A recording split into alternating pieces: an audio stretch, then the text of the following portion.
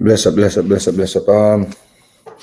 We're going to jump straight into this thing because I'm going to really have all day for wait on everybody for logging. I have a flight in another few hours, but it's a very interesting reasoning we have here this morning. Very interesting reasoning. Big up my brother Imhotep. Kimberly, big up yourself. You don't know that I'm a in-depth study group. Or, big up yourself, David. I'll just send out the information them.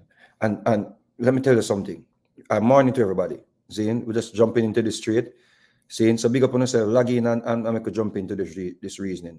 But it's a very interesting reasoning. If you hear me talking a little bit funny, it's because I have my retainer. Can't bother take it out because every time I take it out, it just hurt for you know.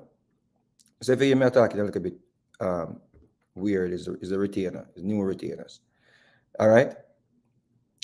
Also, get ready for Imhotep to have a public discourse with Zion Lex. Zion Lex is a very accomplished scholar. He has done a lot of in-depth research on what he believes in. So look forward for brother Imhotep and Zion Lex. This one is gonna be like because we're trying to get Imhotep to the platforms and we really can teach. You understand me? I said the esoteric part of the scripture, the Bible, and the things where people take literally. You understand? So get ready for that. Yeah, Zion Lex is going to announce the date for that. Tomorrow night we're going to be on Zion Lex, putting forward the information on that. So look out for that. And Zion Lex feel like nobody can challenge him. So we know Imhotep will punch him up. All right. Also, I just shared a bombshell that I cannot. There's a bombshell, people, that I cannot drop. But there's a bombshell coming. There's a major bombshell coming. But when it comes in the media, because of course, me don't really have. Me don't want to break this. Me don't want to break the bombshell. But it's a bombshell. Is gonna drop soon. On Currie Goat. Look out for a bombshell soon on Currie Goat. Yeah, I got wind of a very, very interesting situation, but I can't speak on it. So let me leave it right there because it's going to be problems. All right, exactly. Dillinger, but of course, everybody believe what they believe in, so we can't have the same pseudo because he believe no we believe in. Yeah, I think him just passionate about what him do. Yeah, but people like Zion Lex is important because we can't just have everybody agree with we. We cannot have everybody just come and agree with what we are saying. We have to have people to challenge us. You understand what I'm saying? So don't just think that we're supposed to just, have some yes people who just agree with everything what we say. Yeah.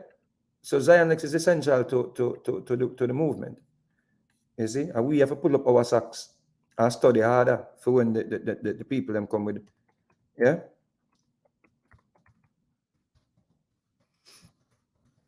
So 2 minutes or 1 minute and we jump it off. Yeah. 30 seconds. 30 seconds and we kick it off.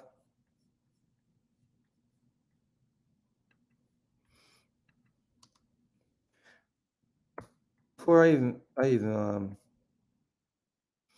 to get into that, there's something that I want to share. Something that I want to share with my fans them. I want to share something with my fans them. I don't even know if I should share it, this reasoning, but you know what? I'm not gonna share it today. I'm not gonna share it today.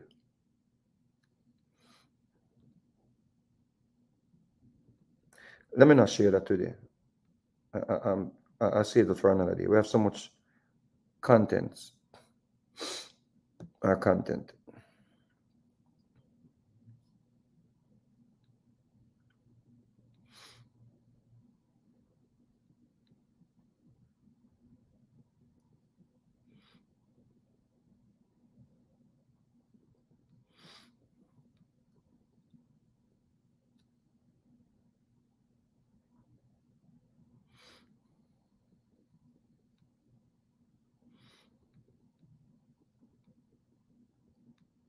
All right, so I'm going to jump into this. I'm not going to share what I wanted to share with you. It'll take it doesn't fit into what we are doing today. Yeah, it doesn't fit into what we are doing today. Let me let us jump right into this Bruce Golding thing. We could jump into this Bruce Golding thing. Now, of course, I've been very critical of um of Captain Currie Goat, and I saw someone the other day. I saw a message where someone the other day said, I'm picking on Currie, and I'm picking on Bojo. I'm not picking on Currie. I'm picking on Bojo. I'm challenging Currie and criticizing what they're doing. I'm not hiding and doing what I'm doing. It's what I say. You people have to decide what is constructive criticism and what is mischief. You're going to have to decide that. But people must be held accountable.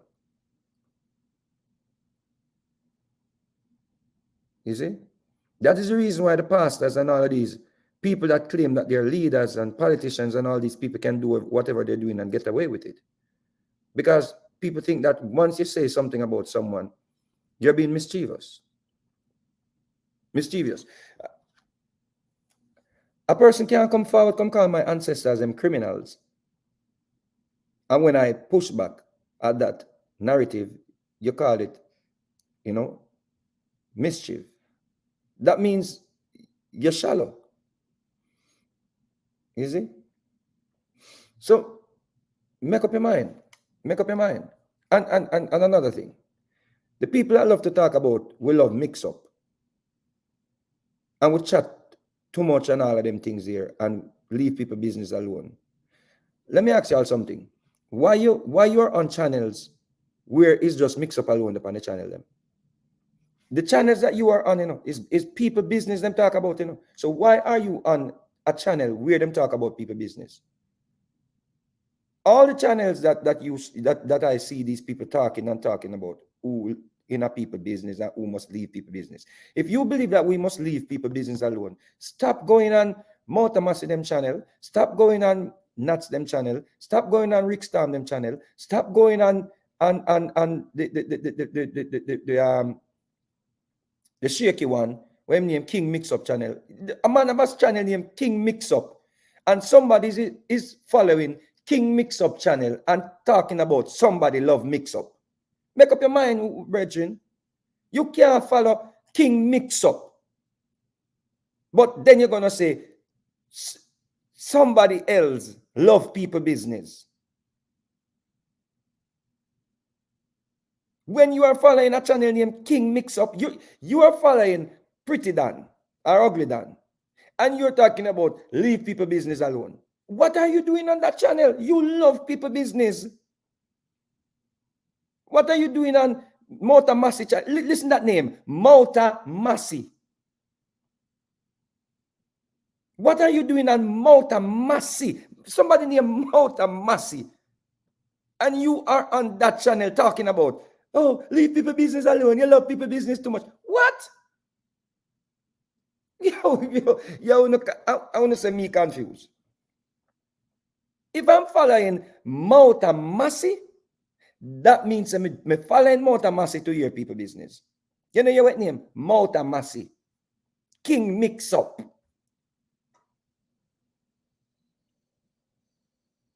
Every day you sit on these channels waiting for somebody's business. And then when people come out here and criticize something or decipher something or speak on something, leave people business alone. They love people business. They chat too much. Go ahead. You love people business. You sitting waiting for Mount Amasi to post something for you to talk about it, for you to hear what happened. You go your bed, go pray for your news, for something where these vloggers are going to carry. The vloggers, them run your life. As you grab the phone, so you run, go. What name? What one name we used to dance, go. What name again? Where go one name again? Me don't remember him name. But a man used to be a go. And you follow that man channel and talk about we must leave people business alone. A man used to be a stripper. Then what you expect from a man who used to be a stripper? What do you expect? Every day in a people business, in that regular people business, one more people business, business. You following a stripper. What do you expect from a stripper? No must mix up and gossip and chat people business. Huh? What? I'm an entertainer. Me entertain people through me use satire to talk about serious social issues, but you don't know, you don't understand the satire. You see? Me a Libra. My sign is Libra. Me deal with balance. The scale of Ma'at deals with balance. If you look at the scale of Ma'at, it deals with balance. So me always I got put my spin on something that is out there. If it's not your business to tell me what to talk about. It's not your business to tell me what to share.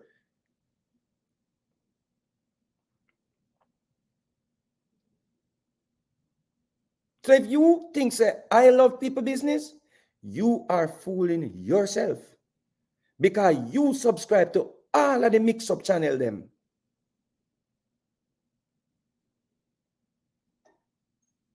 You follow a man with talk so.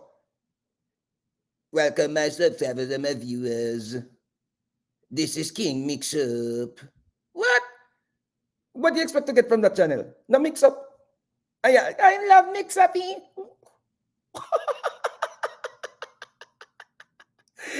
love mix up. Where? You fooling nobody. Just show some hypocrite. Uno just beck say. Uno tell me if stop talk, I mean not stop talk. Uno want me stop talk, I mean not stop talk. You see? And that's the problem. Uno want me stop talk. Welcome, my subscribers and my viewers. This is King Mix Up.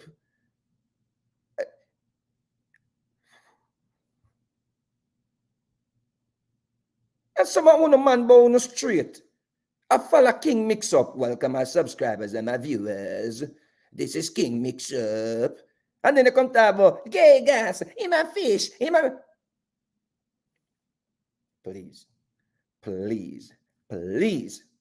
You follow a man with sound so. Welcome subscribers and viewers. This is King Mix Up. You're not straight neither. You are in my same thing. You and King Mix Up are the same thing. Energy attract energy. You see me, I'm gonna follow them page there. Right here. Ball of Mix Up. Yeah, that's my rant. That's my rant. That's my intro. Now let us jump into this. Now, check out how Bruce Golden, the former Prime Minister of Jamaica, the former Prime Minister of Jamaica, schooled Captain Currie Goat so bad. The former Prime Minister of Jamaica whipped Captain Currie Goat into an overcooked stew mutton. It is such a subtle beating, you know, without any form of shouting and any form of emotional outburst. But you know, is that at the hottest beating that, you know.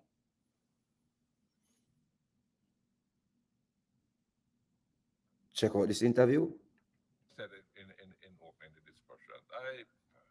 I've always been troubled by that provision in the treaty that the Maroons signed with the British, where they said those who ran away before and are part of the Maroon community now they can stay, but anybody who run away after we sign this document, you are required to catch them and return them to us, and we give you 30 shillings for each one that you return.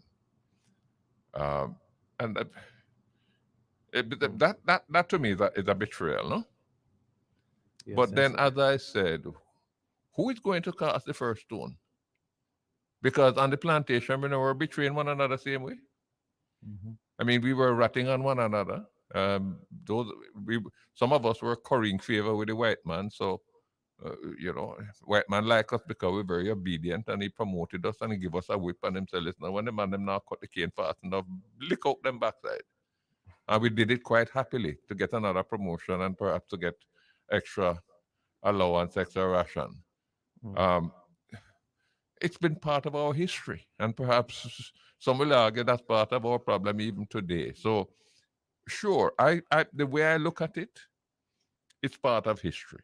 If Mhm. I were around at the time, and if I were advising Kojo, I would have said to Kojo, no sign that the clause that's a Kojo. Take out the one there. Tell the man and say you can't go with that. Right. But I wasn't there.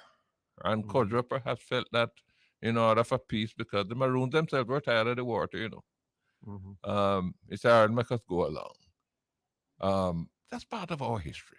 Let's recognize it and move on. Because if we're going to start demanding apology from the Maroons, then every one of us gonna have to apologize to the other. Because for all I know, my ancestor was the one with the beating the daylights out of your ancestor. I don't remember that. I don't know that. But if that was the case, I would have to apologize to you, no, bro? Mhm. No, sir? Yes, sir. Yes, sir.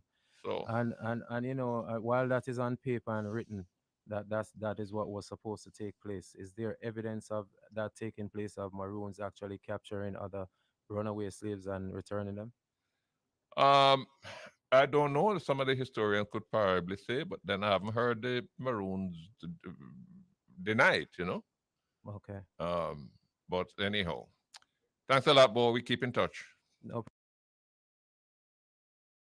All right, so I just wanted to get that out of the way before I get to the Currie interview. Um, so, in all due respect, Mr. Um, Golden, I think your point is up for debate. Yeah, and I would one day love to challenge you on those things are the things that you said in this interview regarding we were doing the same thing like what the Maroons were doing, because that to me is a misrepresentation of the history. Yeah, because you have to understand, on the plantation, massa, children, the mulattoes, who thought they were better than the dark-skinned Africans,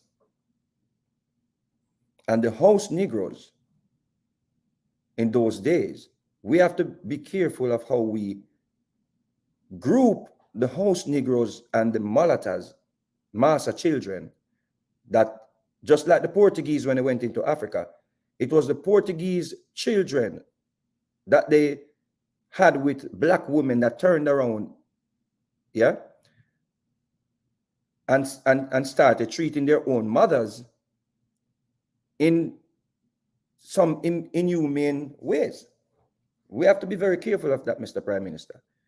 So we cannot bring that argument or try to strike a parallel with the argument that we were beating each other on the plantation. So it means that no one is supposed to ask for reconciliation or apologies. That is a misrepresentation of the history. Yeah. So though there may be Negroes beating other Africans, Malcolm X said it best. Malcolm X spoke about this. Yeah.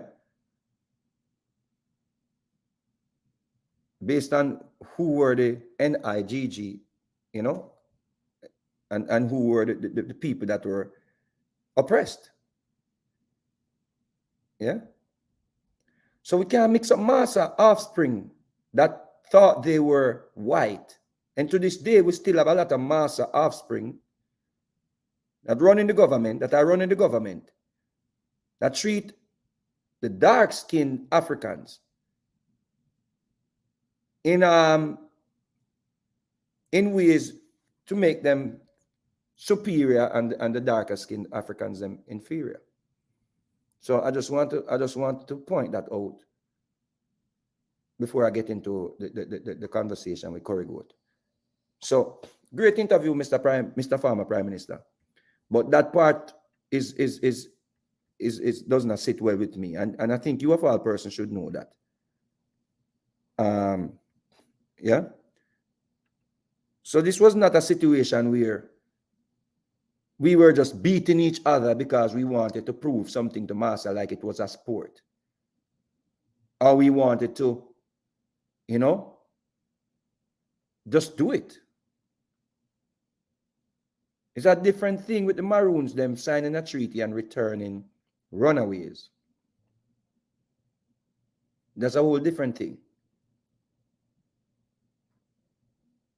Is it? And the thing about it, we can say, okay, we were not there at the time and they did it for survival. But look at this. If they did it for survival, why didn't they join the Sam Sharp Rebellion? Instead of joining the Sam Sharp Rebellion, the Maroons were holding out on the British then because they were not getting paid, according to the history, for returning slaves, according to the history that they gave us, or the history that, is widely circulated in the school system. So why didn't the Maroons join the rebellions? Why didn't the Maroons join the Paul Bogle Rebellion or the Sam Sharp Rebellion? Because if they had joined the rebellion, they had the guns. They had some guns that Master gave them, and so on.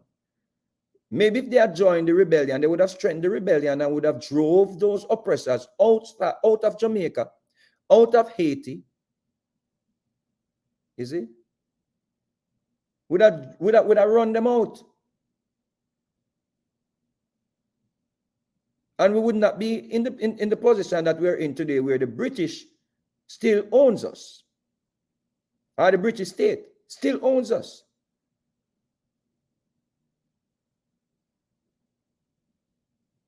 That we have to understand. Your guest also made a point that I want to correct him onto, because there's a lot of misrepresentation of the history. You see, listen to this point. Yeah, hopefully that never touches our island of Jamaica. Oh, We have other things to be worried about, as is the topic that you're discussing. I'm here and I'm listening and learning yeah. about what you're talking about right Yeah, we're now. talking about the Maroons. Yeah, So, and, in recent time, there has been some heat building up yes, as to indeed. whether the Maroons have sovereign authority, or whether they are, a subordinate part of Jamaica. And that is something that it's 300 years now, it still hasn't been settled. I mean, respect due to the Maroons in a historical context. They are the reason for most of the freedoms that we enjoy today in Jamaica. For They are, a subordinate part of Jamaica. And that is something that it's 300 years now, it still hasn't been settled. I mean, respect due to the Maroons in a historical context. They are the reason for most of the freedoms that we enjoy today in Jamaica. For their sweat and their blood, and like anything else, I just feel like we need balance.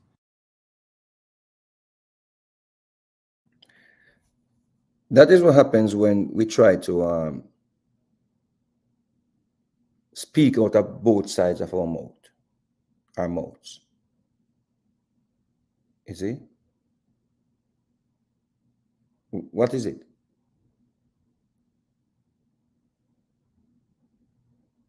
Is it the Maroons that gave us freedom through blood, sweat, and tears? Or it was the rebellion, the Sam Sharp Rebellion, or the rebellions was started with Paul Bogle and all the other brothers them, Taki them, and so forth. Which Maroon gave us freedom with blood, sweat, and tears? What are we talking about? So 1 minute we said the Maroons them, signed a treaty, and the next minute we are saying the Maroons gave us our freedom. The freedom that we have today came from the Maroons. What are you talking about? What are you trying? What are you saying, sir? There's no excuse for someone in 2022 to say something like that. And then you use the word history in your argument. This is the problem, There is no one out there that is pushing back. Anyone, and no one out there with a platform pushing back at this type of narrative or argument that these people put forward. What are you saying? Which Maroon gave us most of the freedom that we have today came from the Maroons? Family, go do your research on Taki. Go do your research on Aqua. Go do your research on the rebellions them. Go do your research on the Maroons them collecting 30 pieces of silver to return slaves.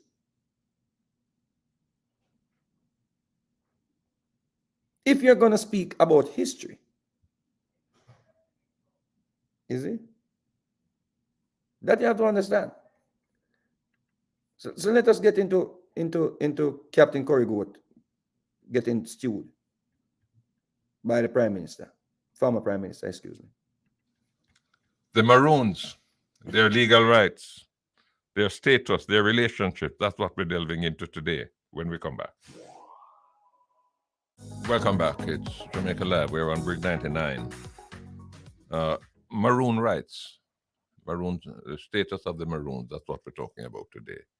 And I'm very pleased to welcome as my first guest today the leader of the Akampong Maroons, Colonel Chief Richard Currie. Chief Currie, welcome to the program. Former Prime Minister Golding, thank you for having me, sir. It's a pleasure to be here. I'm glad we were able to get you. Now, you have been much in the news recently. The issues regarding the status and the rights of the Maroons, those are not new issues. They've been around for a long time. But since your elevation to as colonel, you have been pursuing those issues with renewed vigor. What precisely are you insisting on, and what's the approach that you see towards bringing the matter to some sort of satisfactory conclusion? Thank you for that question, sir. All right. Well, let me start by saying, former Prime Minister Golding, that I know you're a very diplomatic individual, right? And the way you've carried yourself through politics, and I would also gather through life, has been maintaining, a balanced approach and, giving yourself the respect of information and time to process and make accurate decisions. Now, I've been asking for just that diplomacy, because what has been missing and lacking for all this time in Maroon history is diplomacy. It's almost as if the Maroons were just a memorabilia, and there's so much more context behind that. Why? Because the Constitution, which I heard you mention earlier, doesn't make any mention of Maroons. However, there's a clause that is inserted in the Constitution, Clause 4, which speaks to previous engagements and obligations, which would have been obligations of the British, which would have now passed to the government of Jamaica. That's, to us, is saying this treaty and this document that we have here is still being regarded and should be attended to. So diplomacy is the answer. Yeah, well, I appreciate that. I appreciate the way in which you have framed that. Now, one of the things, and I'm not even so much making a suggestion, I'm just seeking to engage the discussion. One of the things that seem to, well, the bone of contention seems to be the claim to sovereignty, no? Right. And that has been challenged by lawyers. The position people like Dr. Barnett and Michael Hilton have taken, Professor Bassiani, different from the position that, say, Bert Samuels has taken. But the Prime Minister, in his response to the position you have taken, was quite defiant. The question of sovereignty, it seems to me, that if we were able to find a way to sandpaper down that particular issue, then we may be able to get some traction on the others. Because if you look at the treaty, for example, where it says, it sets out the leadership succession of the Maroons, starting with Kodjo and then his various brothers. And it goes on to say that after the last brother dead, is the governor that going to appoint the chief. That can't be sovereignty. If All right. if the treaty itself is giving the white man the power to decide who is to be the leader of the Maroons. Right. All right. So let me explain that. So I heard you mention a couple of articles in the treaty, which I'd love to go back over a few of them for you and, provide some clarity and context, which many, many, many Jamaicans and historians right through have missed, right? And I'm hoping that with this, it makes it a little bit clearer. So let me go through that clause you're talking, clause 15, right? It says that Captain Codger shall during his life be chief in command in Trelawney Town. As you said, it goes on after his decease. His brother Kompong, after his decease, his brother Johnny, and then Kofi, who shall be succeeded by Kwako. And after their demise, the governor or commander-in-chief for the time being shall appoint from time to time who he thinks fit for that command, meaning the command of the militia that would join the British to defend the island in the event that there was an attack.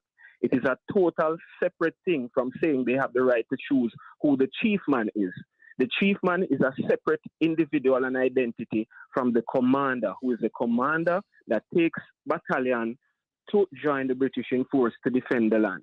Yeah, So that's the clarity. yeah, but well, you and I are going to disagree on that because my argument would be that question of commander in chief only applies if the island is engaged in some kind of war.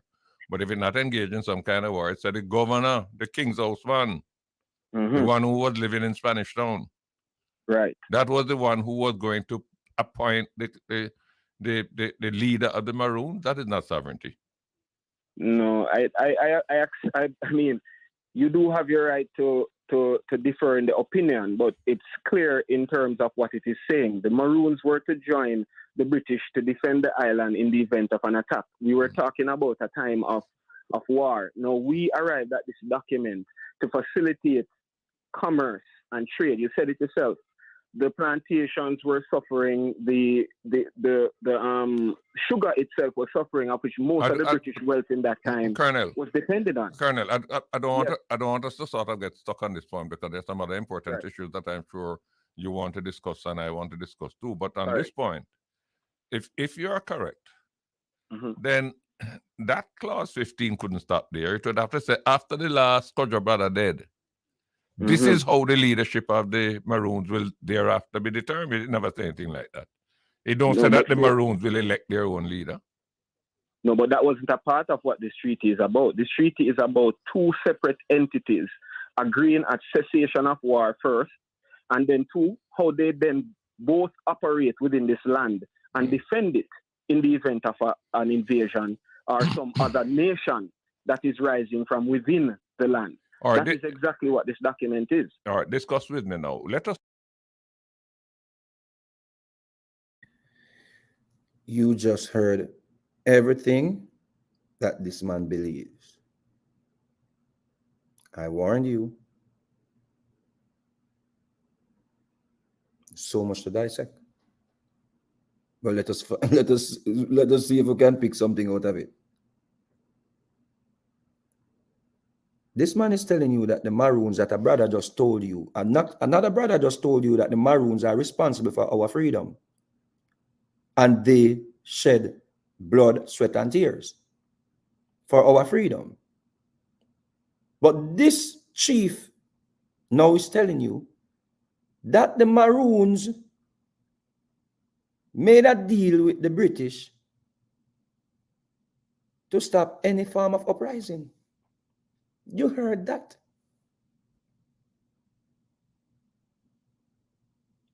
Well, if you listen with the man, this is what Captain, that's why I call him Captain Currie Goat. Oh, yeah, trouble the man. Stop calling the man name. Who's going to do it? Let me see somebody else step forward and do it then. And I stop calling up him name. The man just tell you that the British and the Maroons were partners to stop any form of rebellion. That the man just tell you a while ago. That is what the man is trying to. And this, let us pull this up. The man is trying to tell a farmer. Yeah? The man is trying to tell a farmer, commander-in-chief, that commander-in-chief does not mean what it is or what it means. Is that the man just a tell you, you know? In other words, the man I tell you, say, yo, a commander-in-chief was a man from the Maroons. A Maroon was a commander-in-chief. That is what this man is trying. Because it's only trying can try. The man that try tell the farmer commander-in-chief that he was not a real commander-in-chief. Because commander-in-chief is basically coming from the Maroon them. So some Africans were called commander-in-chief and chief. So that is an African term, right? Are those names are African names? Oh yeah, man, the militia did. You know what the man call them? What them? You have to listen to this in your time. I can't play it over again. The man say, yo, the militia joined with the British. The man actually told you that the Maroons them were the militia. And the militia, what do you think the militia is today? The JDF. That is where the militia come from, you know. Because of them first get uniform for round up. We're going off what Captain Currie is saying, you know. Is that where I go with, you know? So the militia,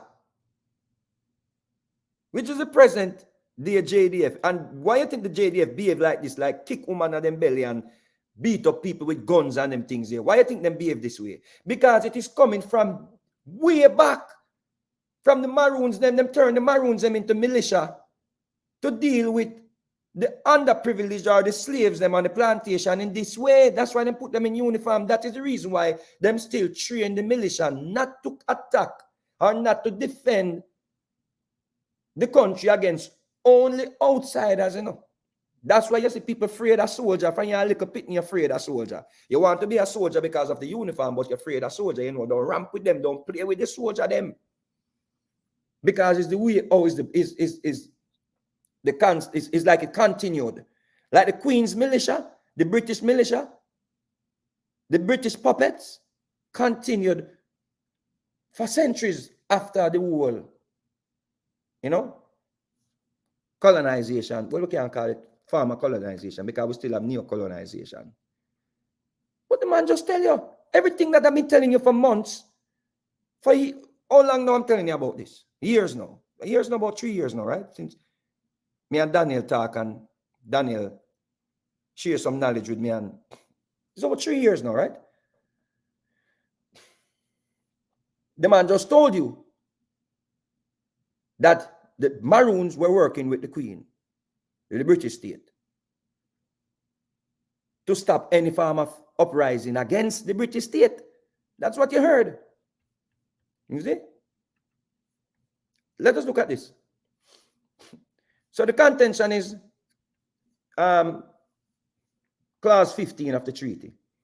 This is what you are supporting. You, black people in Jamaica, this is what you are supporting. This treaty that I'm showing here, this is what you are supporting.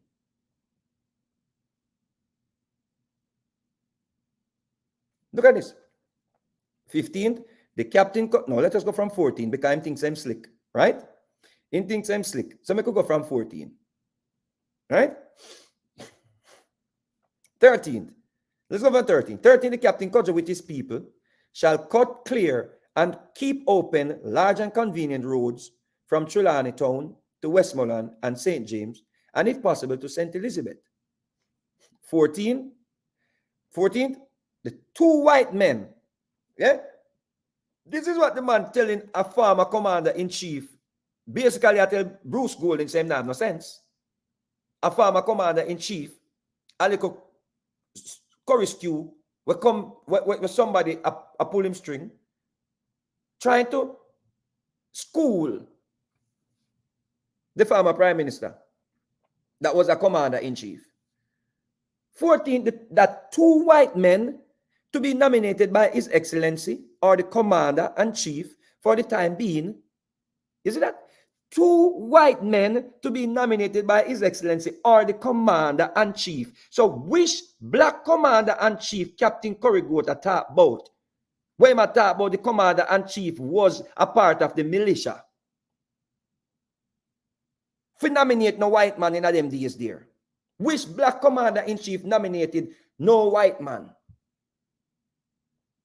This is what the treaty where him stand upon. 2 white men to be nominated by His Excellency or the Commander-in-Chief for the time being shall constantly live and reside with Captain Cudjoe and his successors in order to maintain a friendly correspondence with the inhabitants of this island. 15th, that Captain Cudjoe shall, during his lifetime, be Chief Commander in Trelawney Town. I will soon tell about Trelawney Town. After his decease, the commander to devolve on his brother, Captain Akompong, and in case of his death, on his next brother, Captain Johnny, and failing him, Captain Coffee shall succeed, who is to be succeeded by Captain Kwaku. And after all of them dead, this is what this is saying, you know. This is right here is essential.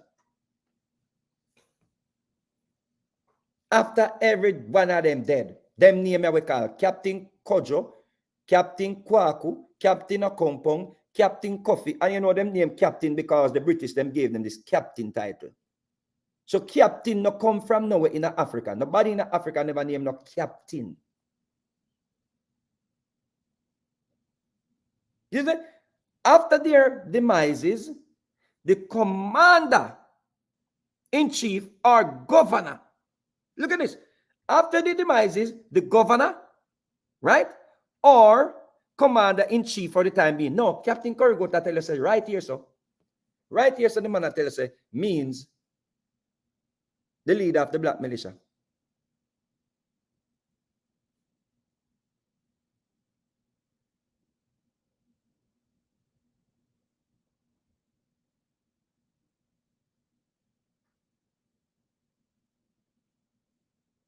That's what the man I tell you.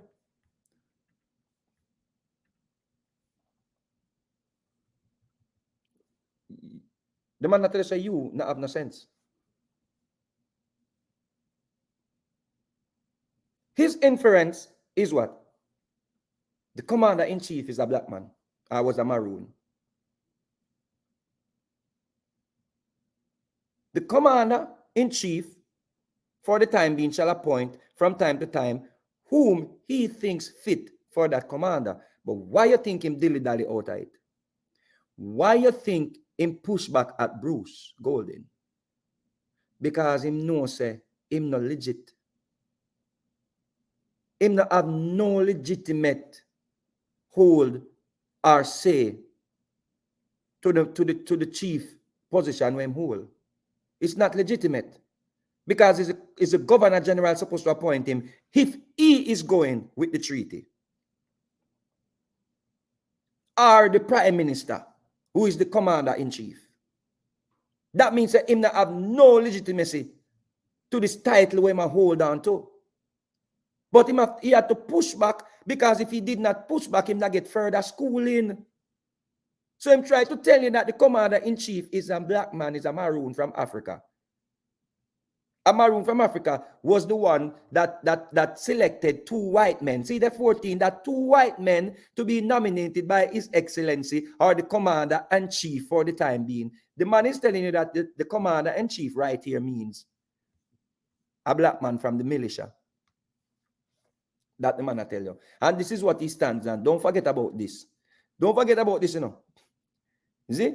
Don't forget about what he's standing on. In the name of God, amen. Whereas Captain Cudjoe, Captain Akompong, Captain Johnny, Captain Coffee, Captain Kwaku, and several other Negroes, their dependents and adherents have been in a state of war and hostility for several years past against our sovereign Lord, the King, and the inhabitants of this island, and whereas peace and friendship among mankind and the preventing of effusion of blood is agreeable to God, consonant to reason and desire, by every good man, and whereas his majesty guarded Scotland, blah, blah, blah, blah, right?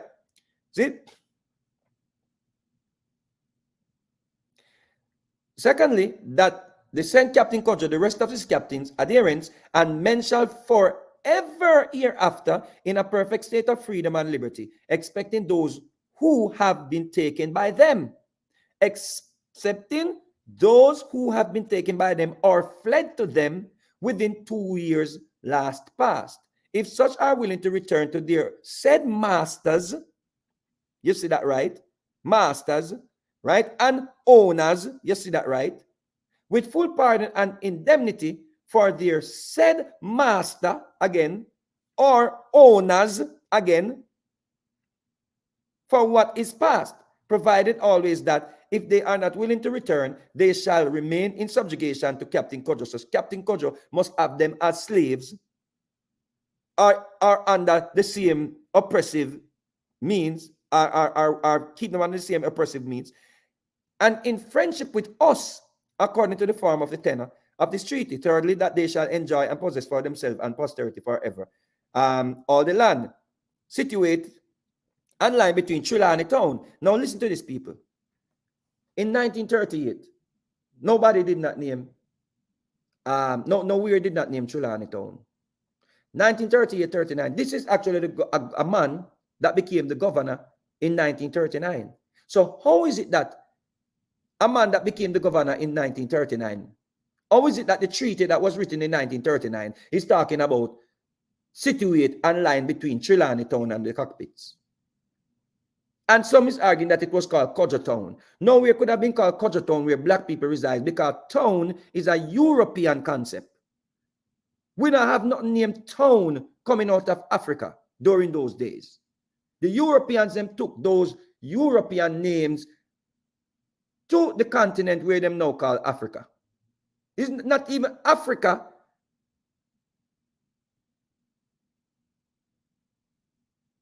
That we talk about, we want to go back to Africa, has nothing to do with us black people, because Africanos is actually a European.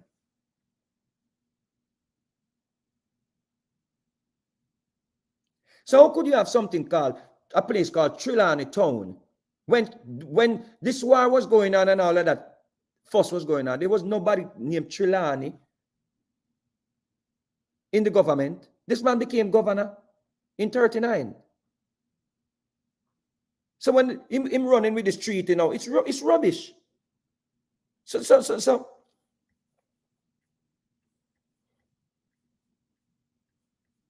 sixthly, that they said Captain Cudjoe and his successor do use their best endeavors to take, kill, suppress, or destroy, either by themselves or jointly with any other number of men commanded on that service by His Excellency, the Governor or Commander-in-Chief, for the time being, all rebels. Look at what Captain Currie is standing on. I mean, say, don't said people at about me, I trouble the man. This is what the captain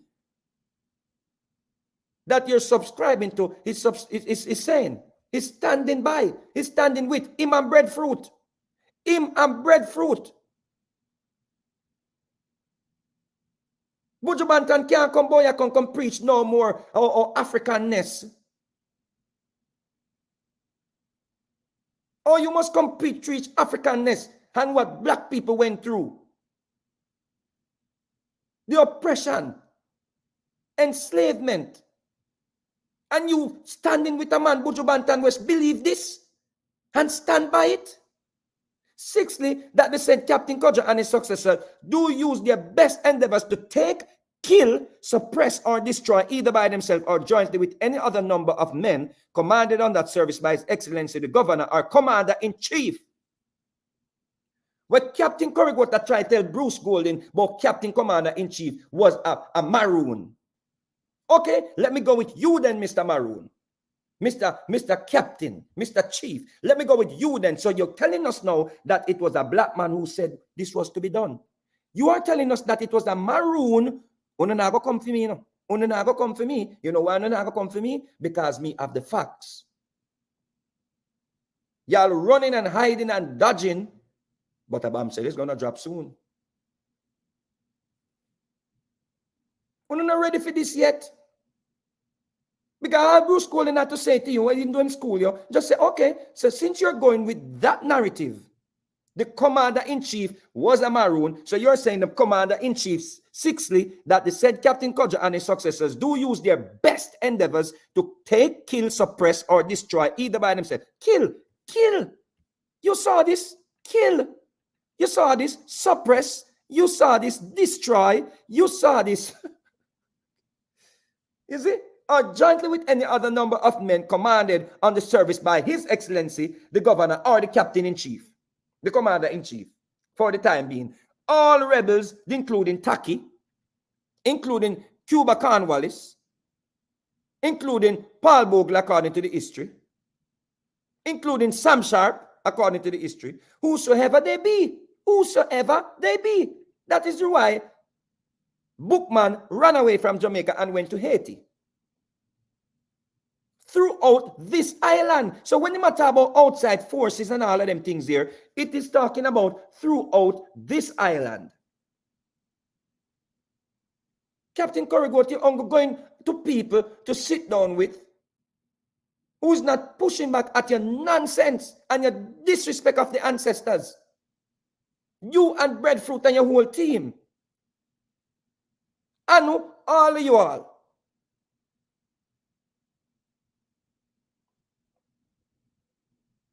Nobody is going to speak against my ancestors while I am alive. Because I strongly believe, so when we leave this realm, me are going to meet up back with them. Because energy cannot die. So I am my ancestors. My ancestors, they must speak now because I am them. So at them, this I speak to you. This is your ancestors speaking. Because life is just a cycle. So Currie is the same energy of Captain Kodjo them. That's why they subscribe to that energy. The man is saying the commander-in-chief was actually a Maroon. That is what the man said, people. But look what he's standing with. The commander-in-chief must destroy, suppress, kill anybody that rose up against the British throughout this island unless they submit to the same terms of accommodation granted to Captain Kodjo and his successor. Just imagine that.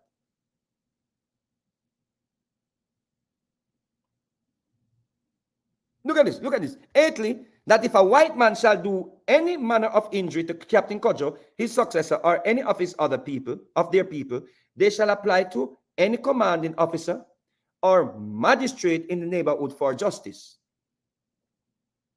And in case Captain Kodjo or any of his people shall do any injury to any whiter person, he shall submit himself or deliver up such offenders to justice. So if Captain Kodjo did touch a white man, he may not have to submit himself, he may not have to gain himself to the magistrate. So how are you talking about sovereignty? When you had to go to the magistrate and go gain yourself if you had touched a white man. And it's you them a talk about have sense? It's you them a peacock syndrome for? Come on, one of us can do better than that, black people. Y'all can do better than that. Ninthly, that if any Negro shall thereafter run away from their masters or owners and shall fall into Captain Kodjo's hands, they shall immediately be sent back to the chief magistrate. And pay attention to this one I'm reading. Pay attention to what I just read. They shall immediately be sent back to the chief magistrate of the next parish where they are taken. And these that bring them are to be satisfied for their trouble, as a legislator shall appoint. The assembly granted a premium of 30 shillings. Tell me, say, them are never Judas. For each fugitive, see that, slave returned to his owners, or owner, by the Maroons besides expenses. You see that? Tenthly, that all Negroes taken since the raising of this treaty, this party, by Captain Kodjo's people shall immediately be returned. You ain't fooling nobody, Captain Currie Goat. You ain't fooling nobody.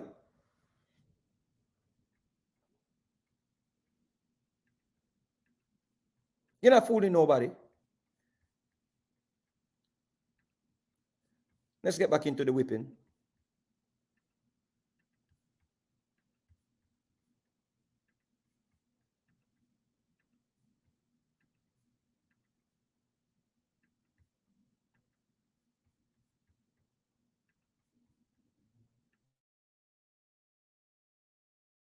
Say that we were able to kind of tone down the rhetoric, you know, Yes.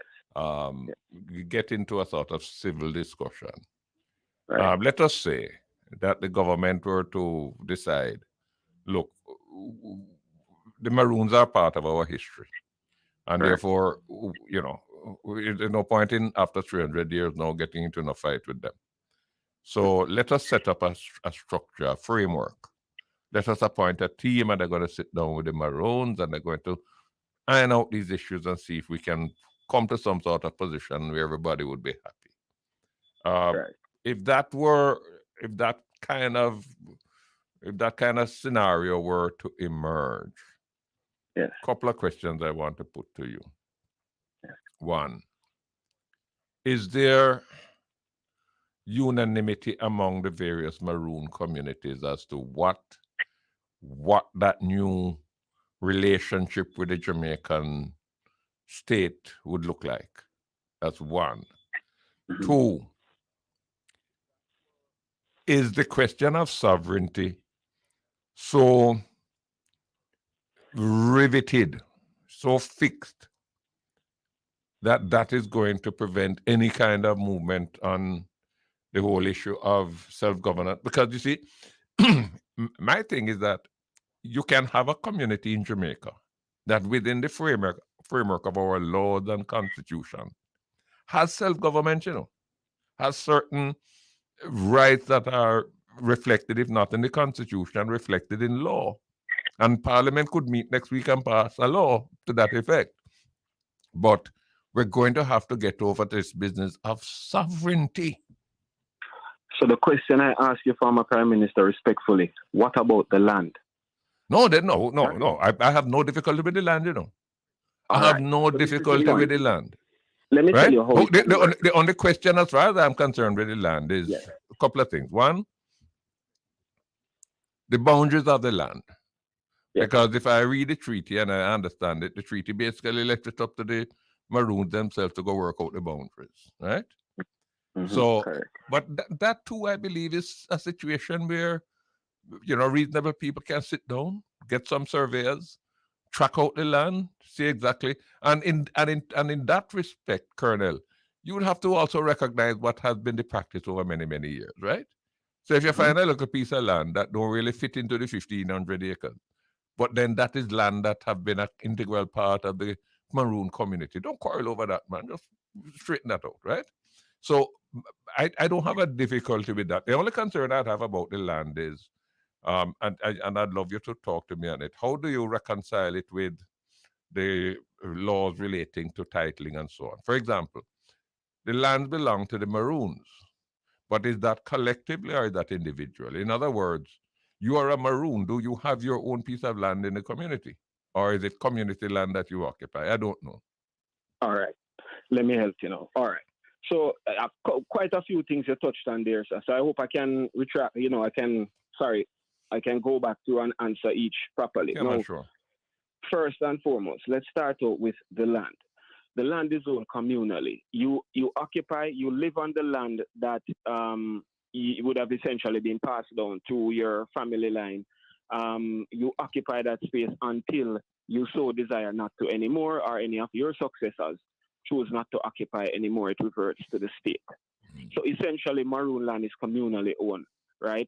Now, when you talk about the territory, it says that they shall, this is thirdly of the treaty, that they shall enjoy and possess for themselves and posterity forever all the land situate and lying between Trelawney Town and the cockpits, which is cockpit country, to the amount of 1,500 acres bearing northwest from the said Trelawney Town. So we can agree that the 1,500 acres is not in Trelawney Town. It says bearing northwest from said Trelawney Town. So the arguments of Maroons controlling 1,500 acres is totally debunked if you actually take time to read what this document here is saying. But it's a Now, Trelawney 1,500, Town. Colonel man. Colonel No, man. no, no. Listen, hold on. It's a let me just go 1,500. through. No, you're correct. It says 1,500, but let me read it again. If we know what Trelawney Town looked like, not Trelawney the parish, Trelawney Town was a precinct itself, right, which included a compound, Flagstaff, Land of Look Behind. All of those districts would have been part of Trelawney Town. Now, Trelawney Town was within Cockpit country, right? So when it says they live on lands situated and lying between Trelawney Town, you're talking one parcel of land here, and the Cockpits, second parcel of land here, to the amount which means including 1,500 acres bearing northwest from the said You're gonna have Trelawney Town. You're gonna have a difficulty there because your idea of what was given seemed to be very elastic. My idea of it is that it was very specific. If I say I'm going to sell you 100 acres of land between Halfway Tree and Crossroads, you can't go capture the whole of Halfway Tree to Crossroads. We have to agree. We have to agree which part between Halfway Tree and Crossroads is the 100 acres that you are to get. Okay. So we get on the ground, and you may say, well, you know, I've been occupying this piece of Halfway Tree to Crossroads for 100 years, so this must be in it. So we say, all right, this must be in it. Make us see how the 100 going to line up. No? Follow me. With all due respect, all right. You know, we've gone a length at that discussion, and I mean, you know, we're pretty certain and with, you know, concrete evidence of what this document is portraying exactly is outlining the domicile of the Maroons. My suggestion to you, and I'm being presumptuous, yes, because you know more about the Maroon history than I will ever live to learn. But my suggestion to you, presumptuous as it is, yes, you can't ride the horse two ways, right? If you are holding up the treaty and say, listen, this is what the treaty say. It says we shall have control in posterity. It says this is what we shall do. This is the rights that the treaty give us. And then when the treaty says 1,500 acres, they say, no, is that really 1,500? You know, it's enough more than that. You're going to run into some trouble. But is that running into trouble, sir, for articulating the document that my ancestors have handed down to us? Is that correct to judge me for being able to identify and interpret a document that my ancestors had left? This document is very clear. I mean, the problem is that we've encountered in the last year in Jamaica particularly is the level of, I don't want to make it seem as if I'm being disrespectful, but I'm being frank, is that the competence as it relates to international law and treaty law is not really there. And then we have many persons who have had their input.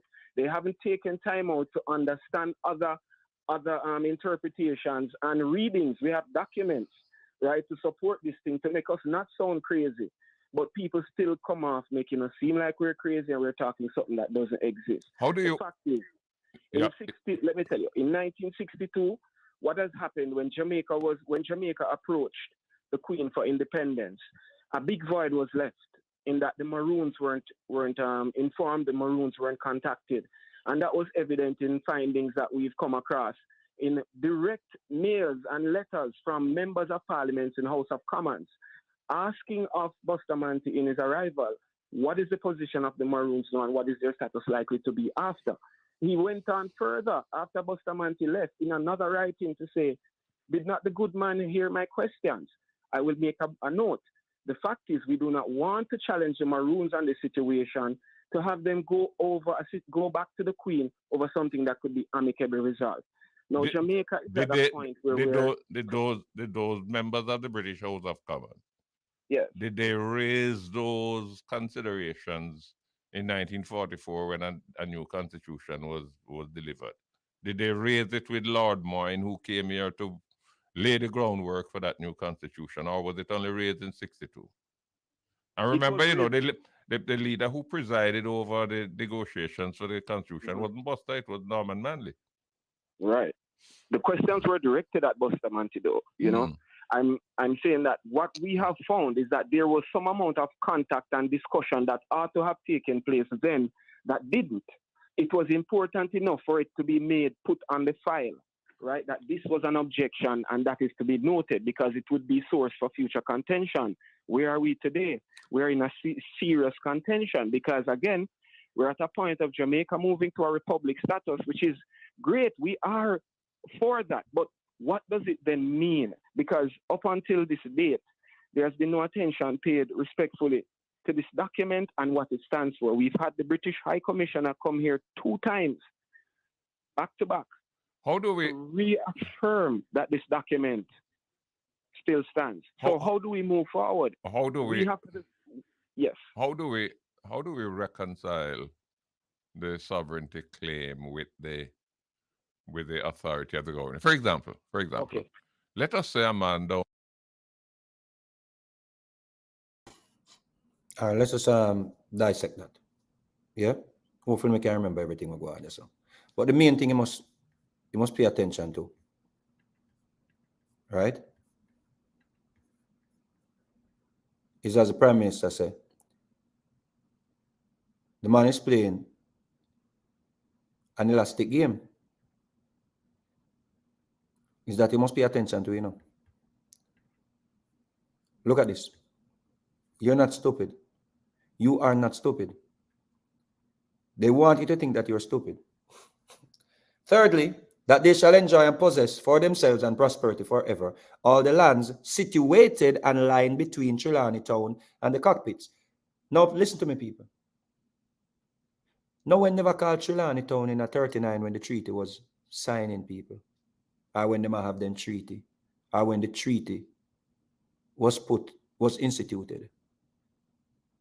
That man when named Trelawney became the governor in, I think, 39, between 38 and 39. Let me give you a between there. 38 and 39. How comes a place named Trelawney Town where them sign a treaty for?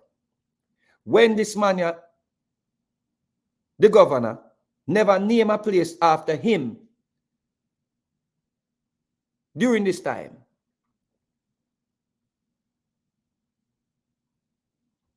But let us go with his narrative. Situated a line between Trelawney Town and the cockpits. Just like the Prime Minister schooled him on, you cannot say if a person is giving you a piece of land between Half a Tree and Crossroads, you're going to say all of that area between Half a Tree and Crossroads is yours. I bought a land between Ochi and Discovery Bay. Oh, all the land from Ochi to Discovery Bay is yours. This is the person that you are talking about? Is your leader and chief?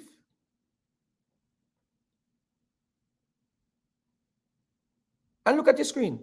It says situated a line between Trelawney Town and the cockpits to the amount of 1,500 acres, bearing northwest from the said Trelawney Town.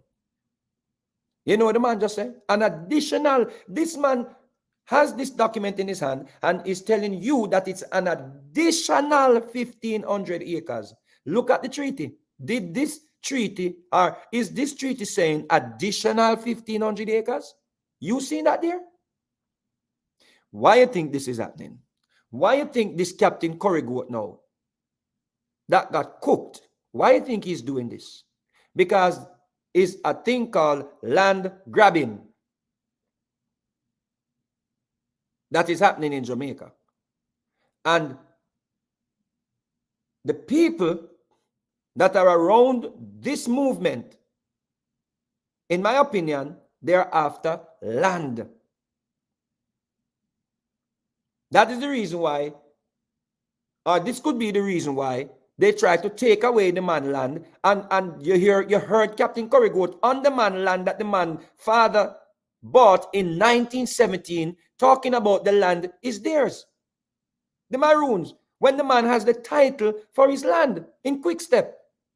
And Captain Currie goat, according to information, sent men over there to cut down trees on the man land and started selling lumber.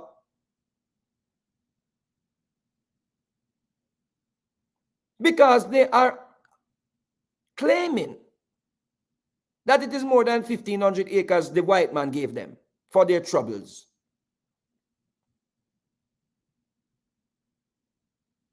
I told you earlier on, Captain Currie Goat, in my analysis on the same issue, that you should have stuck with Daniel. You coming to use this treaty to substantiate your argument, you are getting schooled and you're looking stupid. You're showing your lack of ability to infer a simple document. To the amount of 1,500 acres. Bearing, you never see nothing here to say an additional 1,500 acres, people.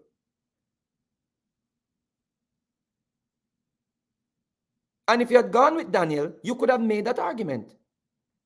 But you going now with the white man that telling you that a place was called Trelawney Town in 1739, when 1739 the man became governor.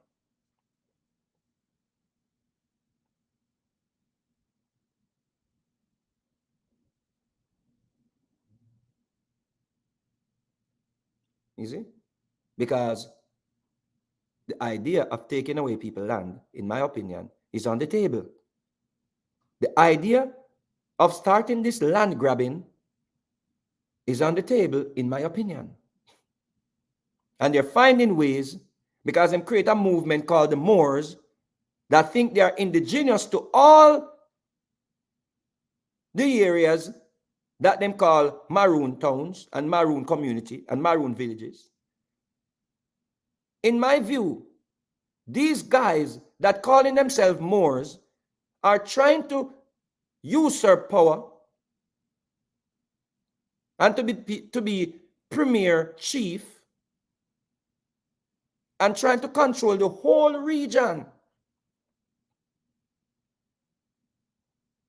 So them can take away the land from people who have titles.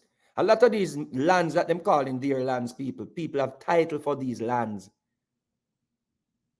That's why them send the little girl there to start problems. They knew what they were doing. But of course, I'm me a troublemaker. And me chat too much. Me chat too much. And me love people business. But you're following King mix up.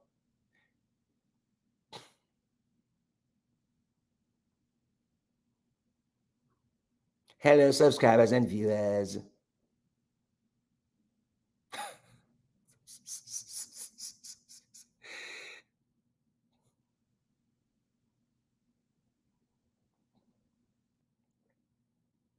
You see, it's becoming clear. Trouble down the road, though. I can't touch on some things I want to touch on, but trouble is down the road. Trouble down the road. The mistake I make is did for call me dunce. I make me go educate myself. Because we need problems now. Be careful what you wish for. You shouldn't need trouble, Miss Lucille, son. Swear on the cars. Down in Magati. Kill another man. And him run into Maroon. How do we reaffirm that this document still stands? So how do we move forward? How do we have to, yes. How do we reconcile the sovereignty claim with the authority of the government? For example, Okay. let us say a man down in Magati kill another man and him run into Maroon into a compound to go hide out. Can the police enter a compound to apprehend that man, or have to get permission? Or they have to get permission? Let me read this for you. Ninthly, that if any negro shall hereafter run away from their matters or owners and shall fall into Captain Cudjoe's hands, they shall immediately be sent back to the chief magistrate. You notice it didn't say plantation. These were criminals. Chief magistrate or the next parish where they were taken. Answer my question. From their matters or owners and shall reconcile the sovereignty claim with the authority of the government. For example, okay. Let us say a man down in Magati kill another man and him run into Maroon into a compound to go hide out. Can the police enter a compound to operate in that manner, or am I have to get permission? Or do I have to get permission? Let me read this for you. Ninthly, that if any Negro shall hereafter run away from their matters or owners, and shall fall into Captain Cudjoe's hands, they shall immediately be sent back to the chief magistrate. You notice it didn't say plantation. These were criminals. Chief magistrate, or No. the next parish where No. they were taken. You heard that. So the brother that we're talking about, that was talking about the Maroons shed blood and tears for our freedom, please do your research, my general. Big up yourself. You just heard the man call your ancestors a criminal. He said they were, you never hear that. You never hear the man just call your freedom fighters them. We make you not in a chains and shackles now. We make you come out of chains and shackles. You know, just hear the man call them criminals. Y'all playing. Why I think we would have never rate Buju Banton again? Unless him change him ways from and come off of the mission here when depend with Captain Currie Goat. Buju Banton can't be no Africanist unless him come forward and denounce Currie. Me a hold Buju Banton to this. If me see him face to face, if me talk on the internet, if him see me and confront me, this is my argument to Buju Banton as long as I am on this earth. You have to denounce Captain Currie Goat before you can earn back my respect or get back my respect. You standing with a man that just called your ancestors Buju Banton, your freedom fighters Buju Banton, your brothers that died in rebellions and sisters, the man that just called them criminals.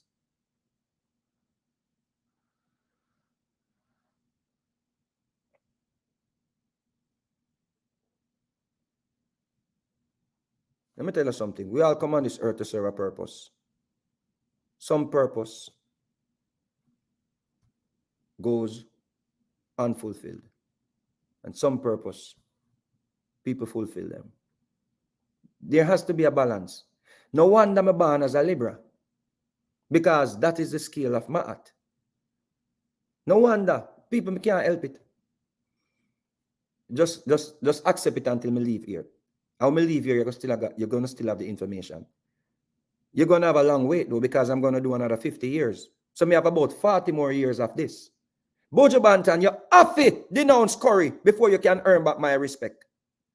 You have to come out and speak out against Currie. You know, you're the man just call your ancestors them criminal, my general. You Buju Banton, so what you say? You are not African? Buju Banton, you tell me say you're not African? Spraga Benz, you tell me say you're not an African? Queen Africa, una tell me say una not African, the man that just call no ancestors criminals? You una no freedom fighter, Tony Rebel, all of uno.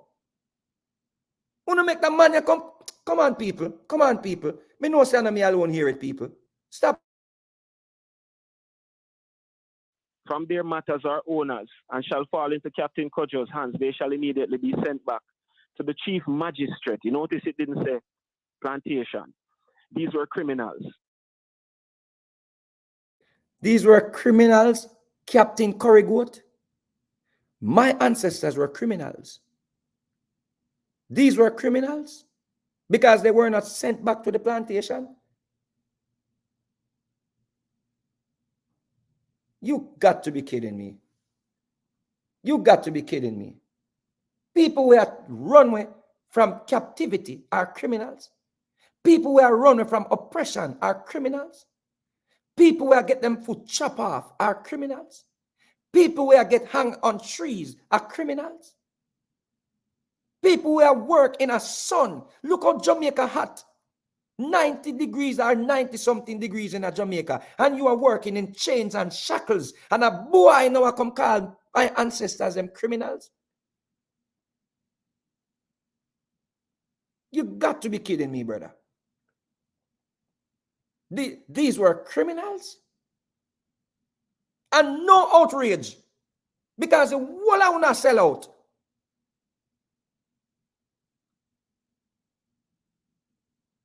Oh, history. You have to have a history. Look how long them people are dead and gone.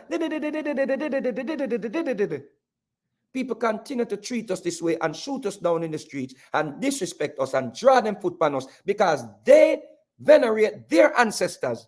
The Jews them still getting paid from the government for what happened to their ancestors. We get nothing. People treat us like garbage, oppress us to this day. Because we allow people to speak about our ancestors this way, our own people. You come talking about they were criminals? And you have the sellouts and ignorant people them standing with you. And when one brother come forward and highlight what you're doing and what you're saying, them want to kill me. Come on, bring it on. Want to bring it. The only thing it means, like when I watch Black Panther, me I go meet up back with the ancestors them. Tell me where to meet you now. Tell me where to meet you now. Which prophet you don't kill? Which true leader you don't kill? So not going like killing me is anything different. Una go like sending a friend them come kill me is anything different. It just means you don't kill another prophet.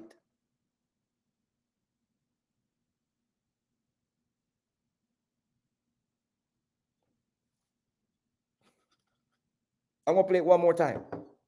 I'm going to play it one more time so it digests slowly in our system. Where this mania, where the whole of the woman them and the whole of the man them have peacock syndrome for, just called our freedom fighters criminals. You heard that, Mama G. You heard that, Sterling. We may have differences on what happened during slavery and people calling for reconciliation, but there is no excuse or no justification in calling runaways from captivity criminals. So what the man here tell us, Taki, where they just announced Taki Day was a criminal. This man is telling you that Sam Sharp was a criminal. This man is telling that Paul Bogle was a criminal. This man is telling that Three Finger Jack was a criminal. That is what this man just did. And he said it with no form of hesitation. He doesn't care because he thinks he's a Moor. He thinks he's not African. But they're still talking about Africanism.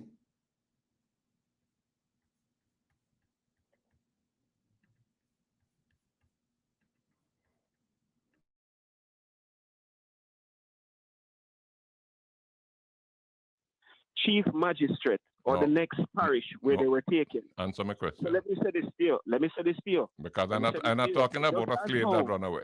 I'm Hold talking on, about a hold man who on. has committed a crime. Hold on. He's a fugitive.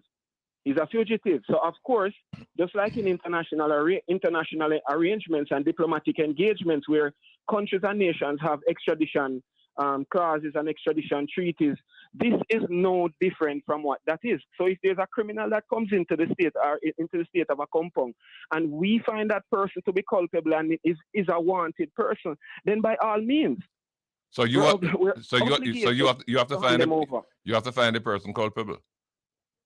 No, if it is No, proven that I'm he saying, is I'm saying. culpable, So what you're saying is, no. what you're If the saying man is, is wanted for a crime, Mhm. right? If he's wanted for a crime, right? Then he has to. If he's here and hiding out, we cannot provide safety for criminals. We cannot stand for lawlessness. That's not what we're so built what on. what We're the what safest would what would community happen? in the island. So what would happen? What would happen? What would happen is we would make contact with the police if No. there's a warrant out for that person. No, I have no, had no. I'm asking. I want a specific answer from you, Colonel, because I mean Go ahead. you're sharp. Go ahead. When ahead, if the request comes. when the police vehicles head into a compound because them have information that the man is in there, what happens when they get to the perimeter of a compound? Are you saying that they have no right to come in there to go hunt down the man? They must wait for you to hand him over, or they must apply for extradition? I did not say that. What I'm saying is, as in the past, where there was an engagement and agreement in place as to how you handle these matters, right now, we informally have one in place where if there is a criminal here, we would expect, as it has been in the past, that the police or the head of the division would make contact with the chief man or the colonel, right, at that time to say, look, there's a man in your community, he's wanted for X crimes, and we are coming to get him, or we want you to hand him over. It was either or either. That was something that was done in past. It is not something new. And We don't have a formal agreement now, but you can go and ask the police.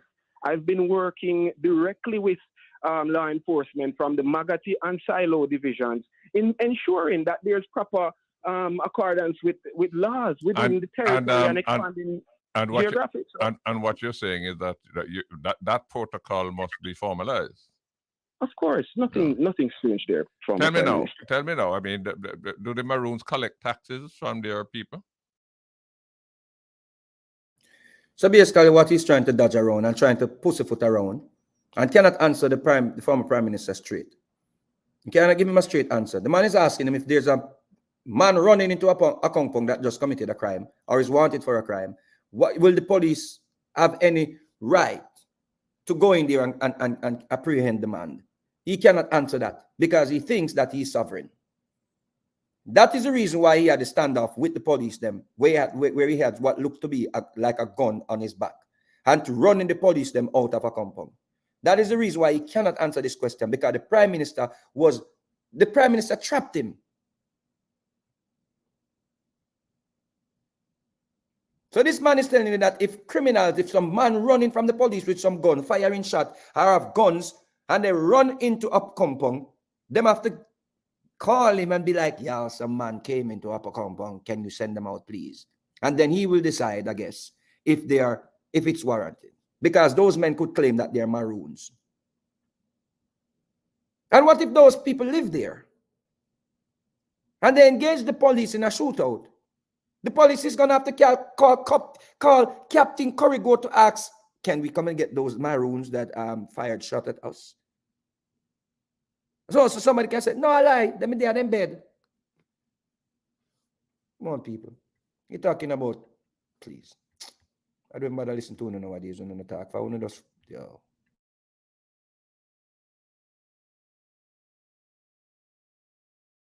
No, we don't. Right? So we don't. So tell me now, if you're a sovereign state, and ask the right? So we don't.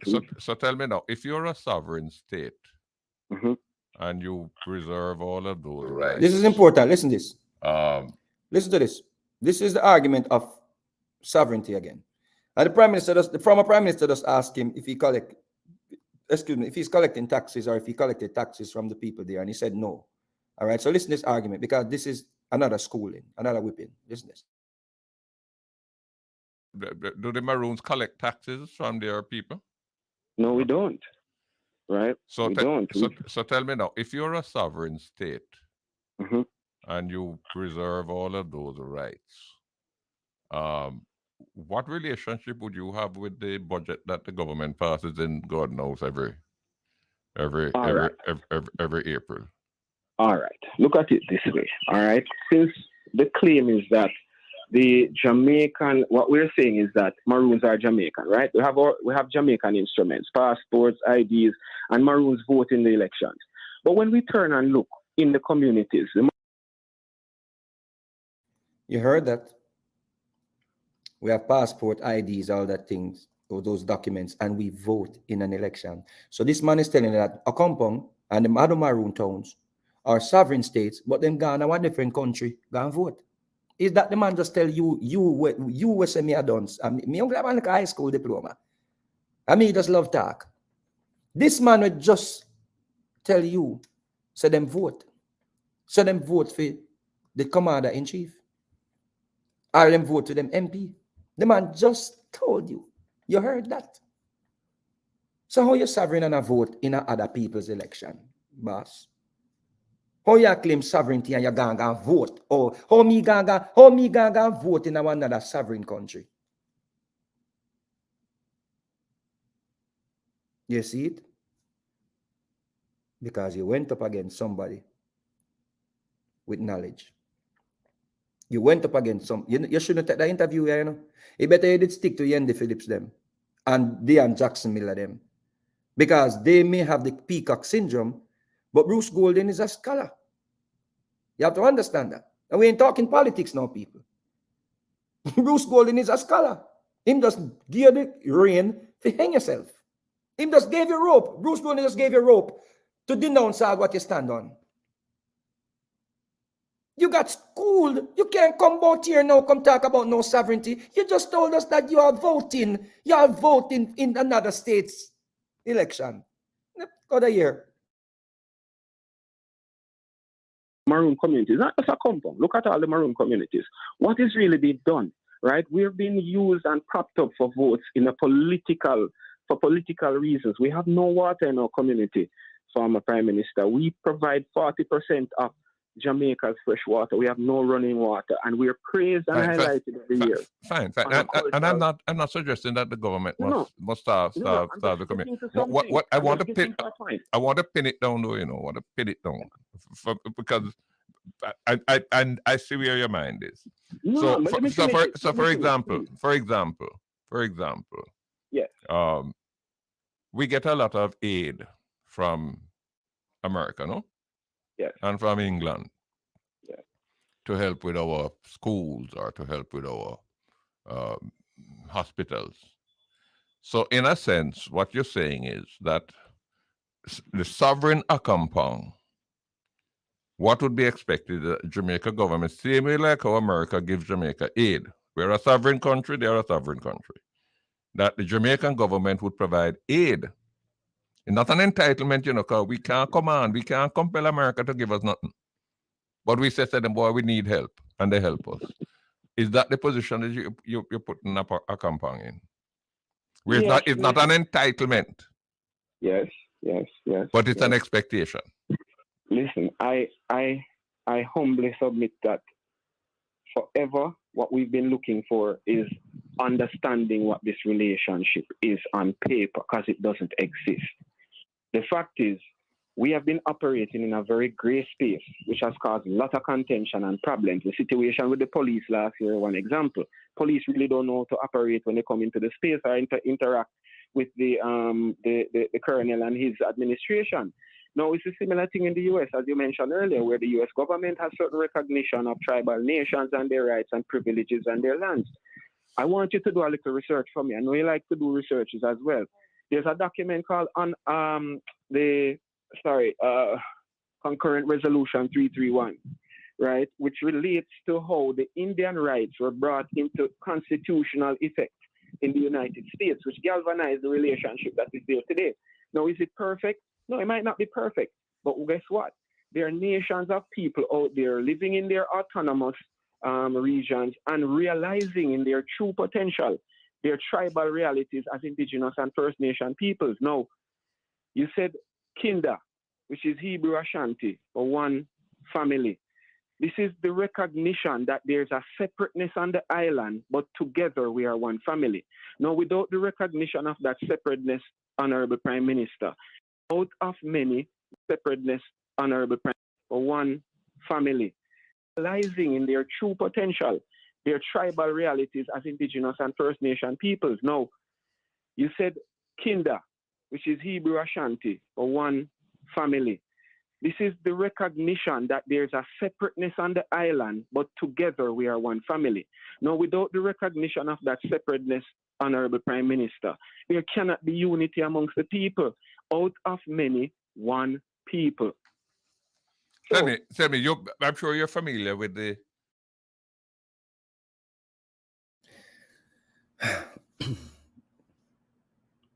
Gave him rope again, he hanged himself.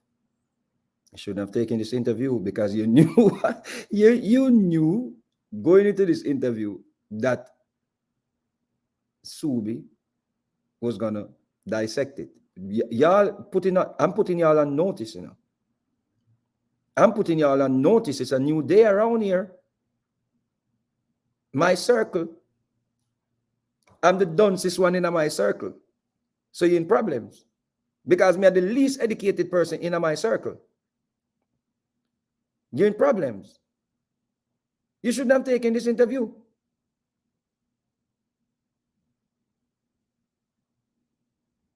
The man schooled you again. The man is telling you that Jamaica is a sovereign state.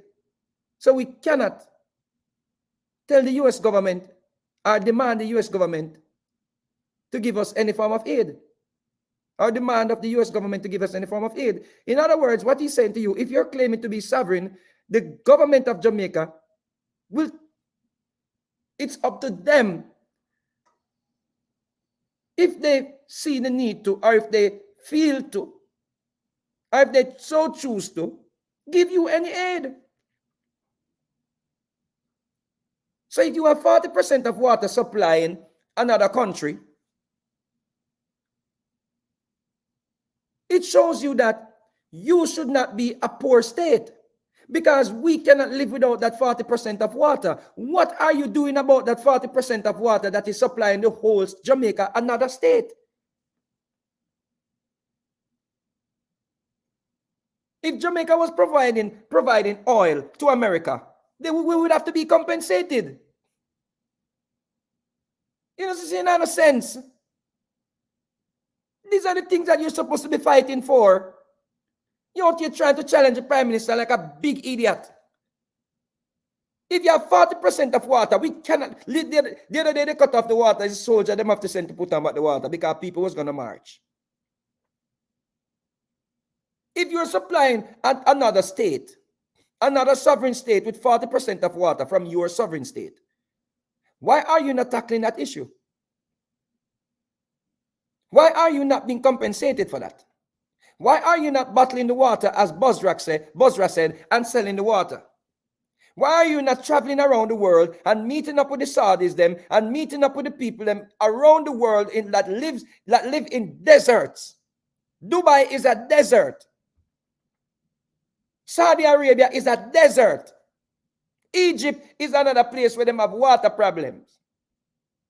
Syria and all of these regions, they have water issues. They have water issues in a Flint in America. Why are you not traveling and meeting up with leaders around the world and negotiating deals to sell water if you're claiming to be a sovereign state? These are the things that you're supposed to be fighting for. But you know what? The higher the monkey climb, according to Daniel, the more him behind exposed.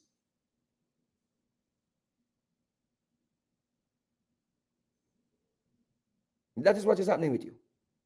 The real issues, you're not paying attention to the real issues. You're fighting for sovereignty. You cannot be a sovereign state and providing 40% of your water to another country or another state and you're not being compensated.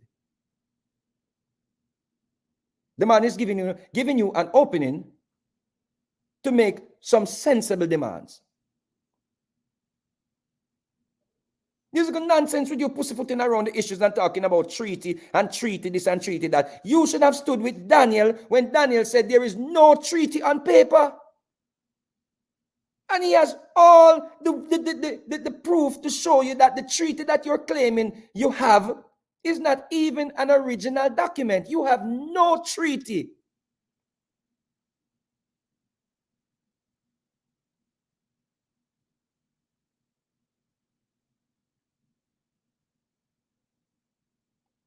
A treaty has to be decided on a lot of different things.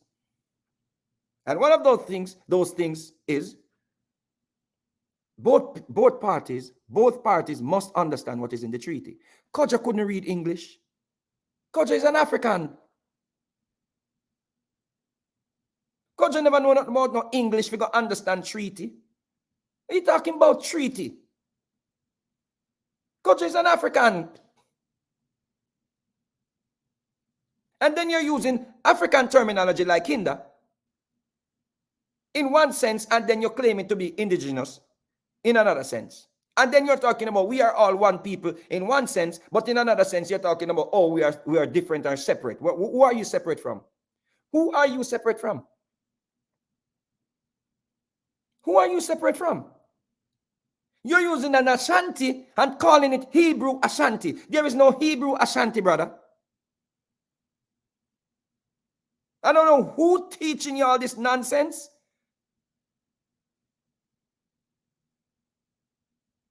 But you cannot use African terminology and then claim that you are a Taino or descendant from Tainos, brother.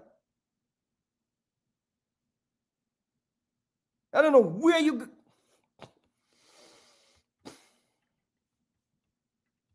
With the arrangements involving the Kalinagos in Dominica? Yes, very much. Would that be a kind of template for the Maroons in Jamaica, or that would not be appropriate? Well, I think what needs to happen, to be honest, as I said, is dialogue, because there's no template that is perfect. It will all boil down to circumstances, because we have very peculiar circumstances, sir, which it relates to the development of our state and the people who are here who are really suffering and need help. Now, on top of that, the wider Jamaica needs assistance from an economic standpoint, a commercial standpoint, that we have potential capabilities and resources that could help be an enabler or a facilitator to such developments. We do not want to challenge the government. We do not want to overthrow the government. That is not our assertion. I want to remind every well-thinking Jamaican, the arguments are sore, but the intentions are pure. Believe me, what we are talking for is legacy business. A lot of people don't understand this culture, this history, and this document. Colonel, I want to take care. Colonel, Yes, I'm in trouble because I'm out of time, but there's one question I have to get in before we go. Sure. Do you perceive that each of the Maroon communities, is it 4 or 5 we have? The numbers keep jumping around. All right. So there's Flagstaff, which is whatever. over. Right. Would each of them be separately sovereign, or would there be one sovereign Maroon state that incorporates all of them? Listen, let's forget the word sovereign for now. Let's forget the word sovereign for now. All right, that is a sore contention for everybody. Let's talk.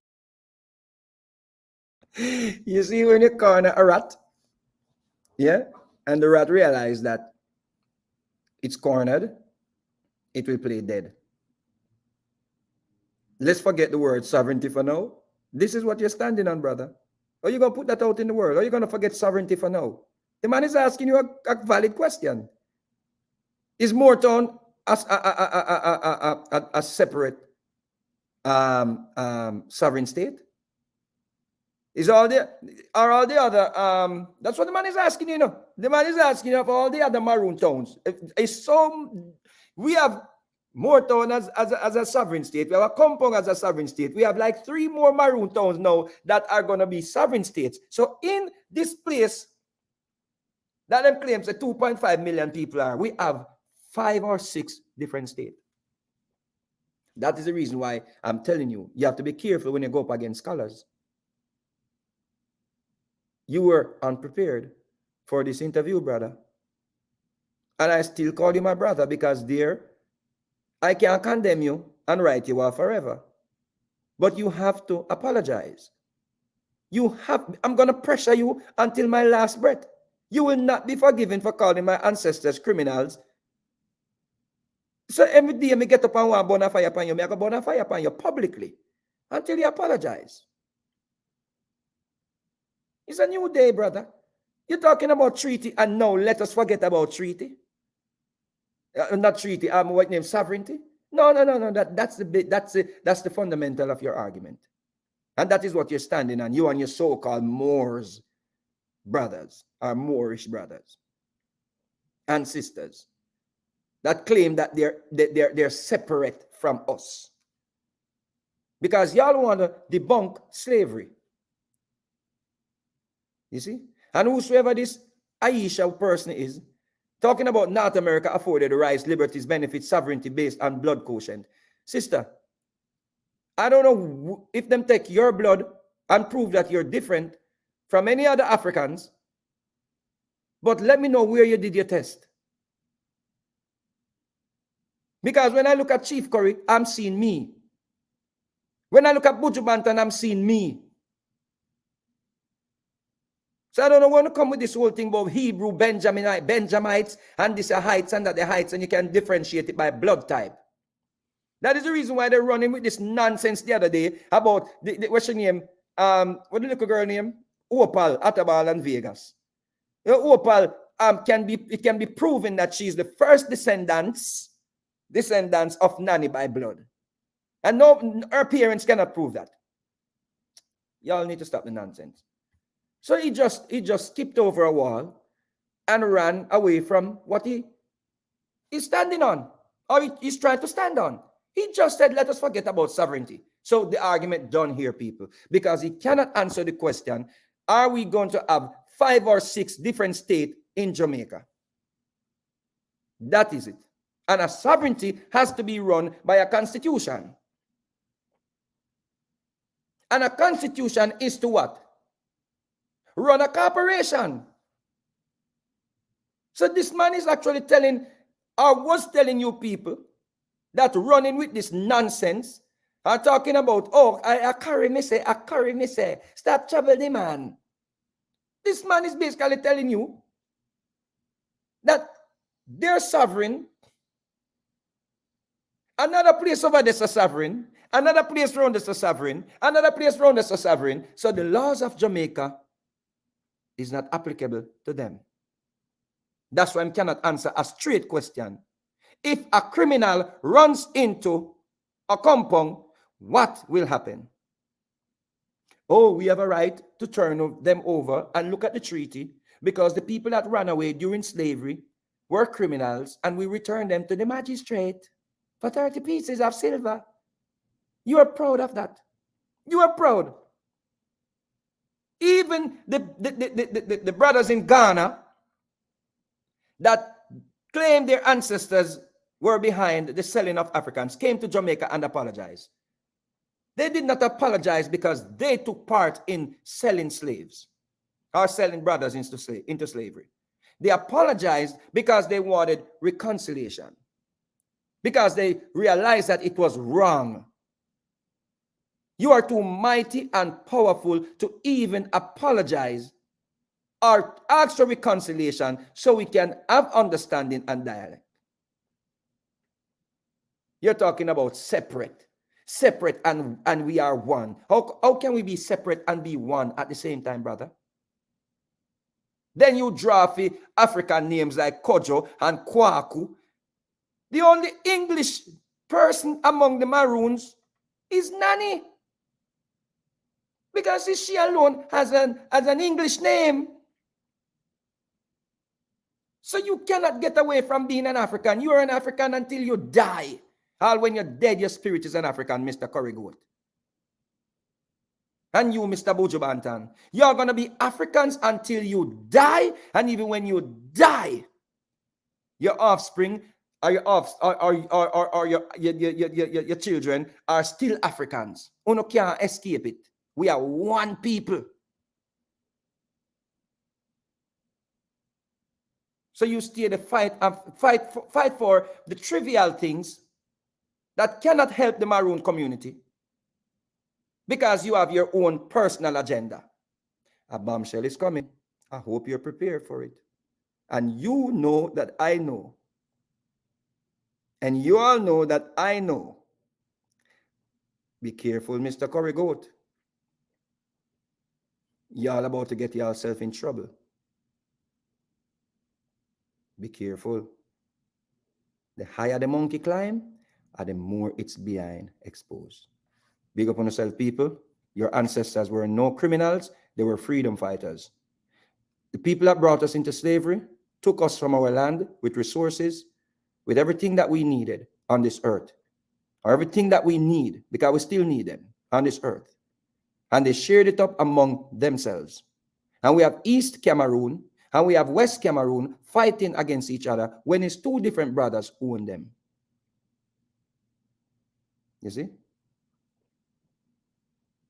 Just know that. And we're still divided because the Europeans them took us captive. We were not criminals to fight back. Anyone comes around here or say out his mouth that our ancestors were criminal, should be shunned, should be rebuked, should be chastised, should be ostracized. There is no excuse for a grown, educated man to call our ancestors criminals. I'll leave you with that.